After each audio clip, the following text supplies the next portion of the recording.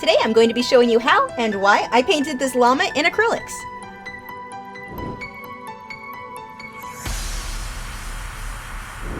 This is my nano reef.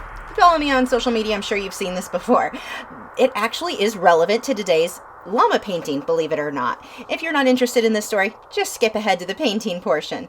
For any of you who, those 3 people who decided to stick around for story time, here we go. So these 2 clownfish, I've had them now for about 3 months. When I first bought them, my female, the Picasso, she had kind of a weird thing, white fuzzy thing that was on her skin, and it really worried me. So after panicking from reading things on the internet, I finally called Glass Aquatics, which is my local fish store, told them what was going on, and Kyle agreed to meet me there the next day, which is their normal day that they're closed. So on his day off, he drove all the way down to the store to take my fish in to put them into their hospital tank. I was so grateful and so relieved somebody could help me besides the internet on how to best treat these fish. I'm super attached to them, so I was really worried about them. As a thank you gift, I told Kyle I would paint his favorite fish for him. Just let me know that night what it was. I'd paint it that night and have it for him the next day. So he ended up sending me an email saying, could you paint a llama instead? His girlfriend loves llamas. So, and I guess she has watched my videos in the past, so he knew that it would be something she'd be super excited about. This worked out perfectly for me because I had the perfect reference photo my friend Kendra Ransom had taken recently. Those of you on Patreon, this reference photo is available for you to paint now as well, so make sure to head over and download that one yourselves. So I spent that Saturday night painting this llama so that I could have it ready for Anna the next day. And here was her reaction when we gave it to her. You're that lady? She's that lady? So anyway, he goes, can you paint a llama? I'm like, all right. So there is your llama. It's a little bit wet because I just varnished it. Too much for it. That is so real. Oh my god, I have a signed painting by you. Do you have any idea how exciting that is? Oh my god. So that is the story of how I ended up painting a llama and now have 2 perfectly healthy, happy little clownfish. And 5 days later, Kyle called me and told me all my clownfish had was a case of hypochondria and to come pick them up. They've been fine ever since. Now on to this video. If you are supporters over on Patreon, make sure to head over where the real-time version of this entire tutorial is available for you now, along with this reference photo.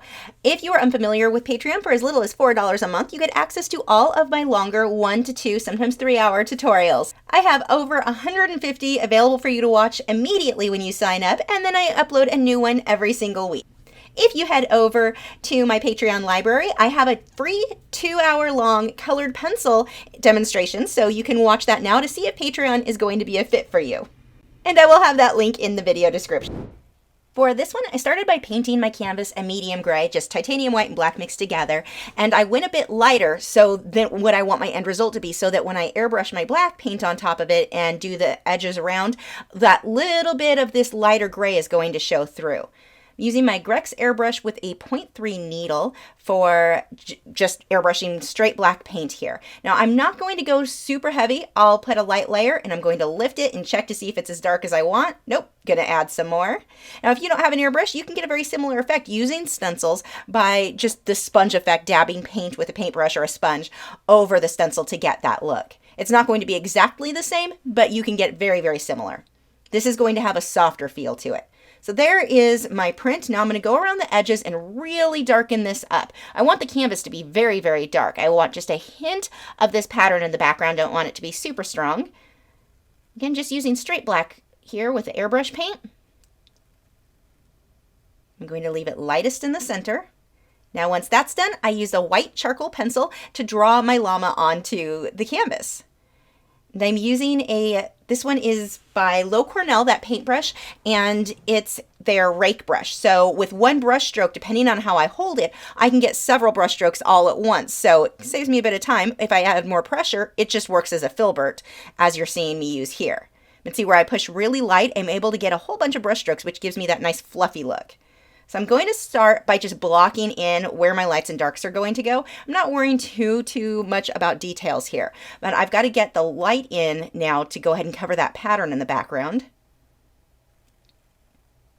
I'm just watching the direction of my brush strokes, because if brush strokes show, I want them to look like fur. So those need to go the right way. Now you can see here at the bottom of the jaw there how it's got that fluffy look. That's where the rake brush comes in handy, where it looks like I've done a ton, like hundreds of brush strokes with just a few. Because if you don't know what those rake brushes are, if you put your hand in front of you with your fingers close together, like your palm out, when your fingers are together, that would be your normal filbert brush. Well, depending on the shape of your fingers. Spread your fingers out, there's your rake brush. So with one brush stroke you're getting, in the case of your hand, that would be 4 brush strokes. Well, I guess it depends on how many fingers you have. In my case, it'd be four brush strokes in one motion with that brush. You can see me getting that again here on the neck. Now with these rake brushes, I love them, but you want to be careful because if you use them too much, your brush strokes, each hair clump and cluster that you're forming can be too uniform. So you want to make sure that you break that up. I will usually come back through with a liner brush and add additional detailing so that it doesn't look like I've just created the same brush stroke over and over and over again, because then it doesn't look like fur anymore. And then of course twisting and turning the brush to get variation as well. Now here I'm letting a little bit of the black of the canvas show through so that I'm starting to create the shadows in the llama's fur. Now, as you saw in the reference photo that we're working from, this photo was taken in broad daylight, so everything's really light. There aren't a whole lot of shadows. So in this case, I have to come back through with a lot of purples and magentas to make it work with the dark background that I'm going with. If I left the white neck as white as it was on the reference photo, it's going to draw the viewer right off the canvas, which is what's happening here. So I'll come back through and darken this up a lot. I'm taking some magenta and dioxazine purple with black and a little bit of white to get that grayish tone here. And I'm going to go ahead and fill in where the black patch is going to be. I'm not jumping straight to black here because if I jump to black, I can't go darker than that. So here, if I go with this mid-range, sort of a lavender purplish color, it doesn't really matter which you go with. It doesn't have to be the perfect color. I'm just worrying about the values, this kind of mid-range tone, little on the dark side, but I'm going to fill that in so that when I come through with the blacks for the shadows, they really show up. And then this color ends up being my highlight. Going to go ahead and dry this completely using a hair dryer on this. I am using high heat. The hair dryer is about, I'd say, a foot or more away from the canvas. It always looks like it's a lot closer in video just because of the angle of the camera. Now high heat on that hair dryer, it's super cheap, so high heat's not that high. If you have a really powerful hair dryer, you're going to want to probably go low to medium. If you heat the canvas or the paint too much, you can cause it to bubble up. Acrylics are a type of plastic, so they don't like too much heat. So I'm going to start with the nose. I've got the shadow. You want to watch your contrast, your values here. The color, not a big deal. This is not at all the color of my reference photo. What I'm focusing on are my darks dark enough and my lights light enough. I can go through and adjust the color by adding glazes later if I decided I wanted a more reddish tone or magenta tone. Just get my lights and darks where they need to be here. That's the important thing at this stage. And you're going to have some, we'll say interesting layers, also known as ugly. You're going to have some layers that don't look so good. That's fine. That's a part of the process. Don't give up or feel like you're doing a terrible job. It just means you're not finished yet. Keep layering until it starts to look right. This isn't a paint by number where you just put the right color in the right place. That's not the look that we're going for here. We want it to look soft. We want it to have that realistic look. So creating a lot of layers is the way that you're going to accomplish that. So if you've got those bad layers early on, just keep working until things start to look how you want. And you may have a layer that you feel like, okay, this is decent, and you put the next layer on and you feel like you ruined everything. Oh my gosh, it was better before. Well, before wasn't finished, so that wasn't decent wasn't good enough. It's fine. If you have a layer that things go horribly wrong, just keep layering and layering. You're going to have a few where it looks good, you put a layer, it looks worse, add a few more layers, it looks better, and the next layer may make it look a little worse. You're going to go back and forth like that. That's totally normal. Each layer that you add adds more texture to the canvas, and I mean visual texture, not physical. When I touch my canvas, it should be totally smooth. My preference. I don't want these paintings to have a lot of texture when you touch them. But visual texture, where you can see some of those previous layers, even if they were completely terrible, you're going to see a little bit of that through, and it makes it look like you've added extra detail intentionally once you get your other layers on top of it. So don't be discouraged or feel like anything went wrong. Just keep layering. Got a few little details with the black here. I'm just using a small, that one is a Teclum bristled liner brush. That one, I believe, is a number 4. I regularly, for the tackle and bristled liner brushes, I use a 2, 3, and 4. Those are the ones that I pick up from Hobby Lobby. They're generic Master's Touch brushes. I do not like the generic Hobby Lobby canvases, their paints, anything else, but I do like the generic paint brushes. Now this brush is actually really, really damaged, so it works very similar to a rake brush, just because the bristles are fraying from me not cleaning it very well. So I'm able to get it to where it looks like fur just by not pushing too hard with the canvas, or with the paintbrush. Words, they're hard. So again, back to that Loew-Cornell rake brush.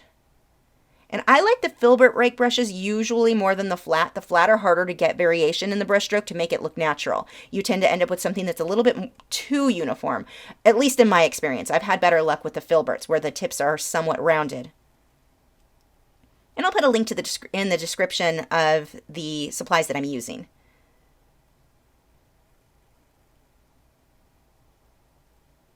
So I'm going to go ahead and make that white more opaque now. In those base layers where it's kind of that grayish color, you can see the background showing through, I'm letting that work for me. Let that be part of your shadow. Don't feel like you have to cover it up so that it's completely white again. When you want to remember, when you're painting white subjects, white is never completely white unless it's overexposed. White is very reflective, so it's going to pick up colors around it. In this case, it would pick up the black from the background, or I'm using a lot of purple, so we'll pretend purple is in front of the llama. But it's going to pick up a lot of different shades, different colors. Don't look at something and go, okay, it's a white cat or a white llama, whatever, and think I just need to paint it solid white. You're going to end up with something that looks like a cartoon. The way that you're going to make the white look realistic is to get other colors in there. There is never going to be that much straight white. It will normally be tinted with another color. The paints that I'm using, these are Liquitex Basics, and Liquitex Basics tend to be fairly thin, which is good for me because I do a lot of glazing. But even with how thin they are, I still have to thin them down with water. For painting the way that I'm doing with this sort of layering, paint straight out of the tube is going to be too thick and not really work well for me. So while you can't really see it, I have a container of water right next to my palette, and I get a little bit of paint on my brush almost every single time that I reload with new paint or a mixing color. So all of this is quite a bit thinner than what you see coming out of the tube. Remember, when you add water to your paint, the more you add, the more translucent that color is going to be. You don't want it to be so thin that it's running. So now I can come through and add my shadow. So I'm leaving that purple color. I wanted to say lighter purple. That's not a light purple. It's actually very dark. But that purple lavender sort of color, I want to let that be my highlights. Now if I go too dark, no big deal. I'm going to come back later and add more highlights. But it does make it pretty easy to leave those showing through now. It just saves me time later when figuring out where everything needs to go. Now, when adding highlights to your subjects, don't just randomly add shadows and highlights anywhere. Where those highlights are hitting, that determines the underlying bone and muscular structure. So if you're just going crazy adding highlights because you know you should add highlights, it's not going to be correct. Watch your reference photo. Where are those highlights? Now, you can make them more extreme. I do that all the time. I love to hype up the contrast between my lights and my darks, but you do want to make sure they're in the right location. Using that rake brush again. This was my favorite for this painting, as you can see.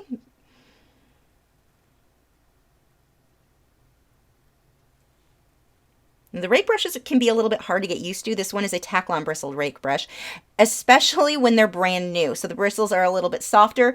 They work better when the bristles start to get a bit more damaged, where you don't, like these ones I don't clean very well intentionally because I do want them to stiffen up just a touch. So when you first get them, I recommend just use the brush like you normally would a tack-on bristled filbert and rinse it like you normally would, but don't use brush cleaner, soap, or conditioner. Let it get a bit damaged over time. That's what I do. I've used this one as a normal filbert for a while until it started to get to where the bristles were fraying a bit. And it takes some practice to figure out how much paint versus water you want on your brush and how much pressure to apply to get it to do what you want it to. So here I'm adding the eye, and you can see I went crazy light on the bottom, and then we've got the pupil. It looks really scary at first until you add the shadow on the underside of the upper eyelid. I'm going to make the underside a little bit brighter.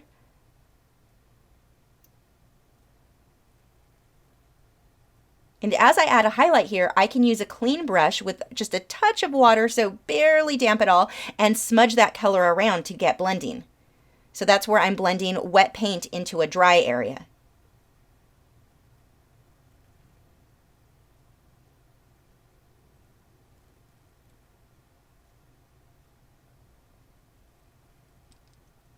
And the eye is always my favorite part because it's one of the easiest to and fastest to make look really good. I've got to let that paint dry before I add my highlights. I'm coming through now and adding more detail, texture in the fur here. So coming back through with the highlights. Now this, it's just a grayish purple color. It's a bit lighter than what my base purple tone was. It right now isn't quite the color I want. I'm going to come back through and glaze some purple or magenta on top of it once it dries. And if you're unfamiliar with glazing, what that is taking a translucent layer of paint. So in my case, I will choose a color that is not opaque to start with and thin it down with water and then wash that over the area, and it's just going to tint the color. You can still see all the brush strokes, you can still see the detail underneath, but it adjusts the color a bit. And glazing is great too because the more layers you glaze, the light refracts through each of those layers and it adds a lot of depth to the work. It's not something you're really going to see on video or a photograph, but when you look at it in person, as you move the canvas or as light changes, it's very subtle. The average viewer doesn't realize that's what they're seeing, but it does add a lot of depth to the piece. Oh, that was too bright, so just dab that with my finger to wipe it off. So we're going to tone that down with a bit of raw sienna. Actually, that's the burnt sienna, but wait, mixed with some violet. I believe that's deep violet.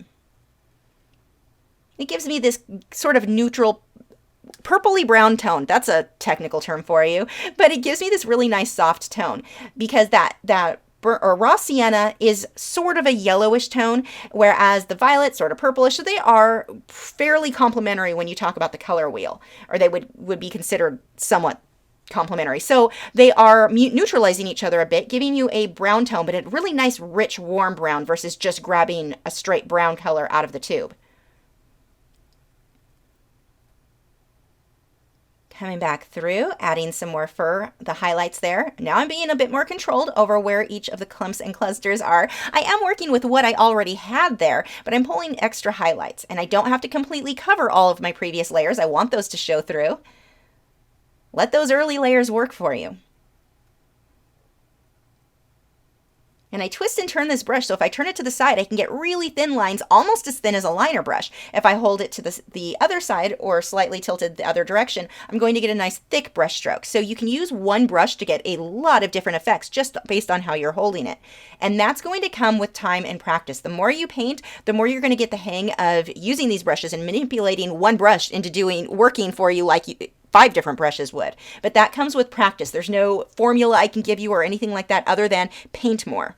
If you are having trouble with anything, whether it be using a liner brush, how you mix your paint, anything, that just means you need to paint more. You watch videos. Videos are going to help you, but then hit that easel. You can watch all the videos in the world, but if you are not practicing, if you are not going to that easel and making mistakes and learning what not to do, you're not going to learn what to do, what does work. So here with that highlight, I added a highlight first, let it dry, and then went on top of it with blue, that is cobalt blue. And then a little bit of highlight in the center. But I like that reflection, just a hint of blue for the eye. It gives it a very, very glassy look. And then, of course, the brighter white on top. The white of the highlight of your paintings when you're painting pet portraits or people portraits, whatever kind of portrait, usually the white of the highlight is going to be the brightest white on your entire canvas. Now this guy does have a fair amount of white across his nose, but normally you want to tone everything down a bit so that white dot, that white highlight can stand out even more. If you have trouble where you can't get your bright colors, your lights light enough, many times that's because your darks next to it aren't dark enough, or even mid-range tones aren't dark enough. If your brights aren't bright enough, make the colors next to them a bit darker. Now here, he's still very flat. That white in his neck just draws you right off the canvas. I'm going to need to make some adjustments there and tone that down a lot. Now, I will be using the airbrush for some of it, some of it with the brushwork. You don't have to use the airbrush. You can do this just as a glaze. You can use a glazing medium. Liquitex, I really like theirs, or you can use water to create your glaze. So with the airbrush, I'm using a magenta tone. I've toned it down with a little bit of raw sienna, and this is an airbrush paint. I'm using Golden's airbrush paints for this. I also regularly use the Holbein's airbrush paints. I really like both of those products. But I've toned it down. I've created that purple color, but it's still a bit bright, so I'm going to come back through with some black and create a nice shadow here. Generally, I don't recommend always jumping to black for your shadows. This one is going to be one of the exceptions because my black background, I'm using straight black. Normally, I would say try to use purples or blues, depending on the painting, try to use colors to get those shadows as much as possible, and then use black as needed, but don't just jump straight to, it's a shadow, it must be black. That usually isn't going to look quite as nice as if you use other colors. But like I said, here with my background using straight black, it's going to work better if I use black in some of those shadows. But I didn't just use black, as you saw, I added some of that magenta there first. Now I'm going to come back through and paint some highlights back in. And this can show up right on top of some of those shadows that I just airbrushed in, or if you're not using an airbrush, what you could have glazed in. And I don't want to go too far on this. I just want a few here and there. I want to make sure I let a lot of those darks show through. Now there I'm going through with the liner brush and adding additional little teeny hairs. Don't just depend on creating hairs. If you're using a rake brush, don't depend on that as being the only thing you need to make it look like hair. I will almost always go back through with that liner brush and better define a few of those.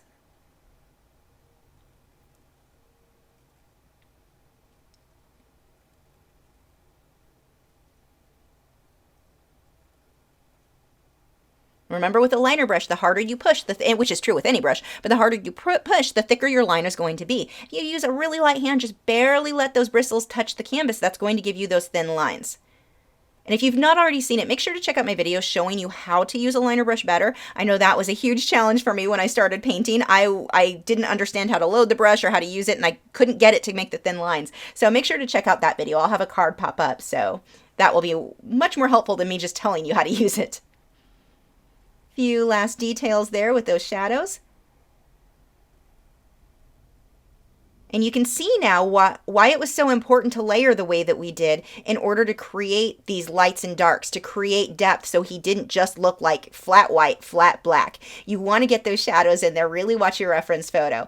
Now, depending on how the light hits, and especially in this one, it's going to look a bit different. You saw that on the video. It was a lot lighter. You can see a lot more in bright, bright light. This in mid light is probably the most accurate of what this painting actually looks like when it's finished.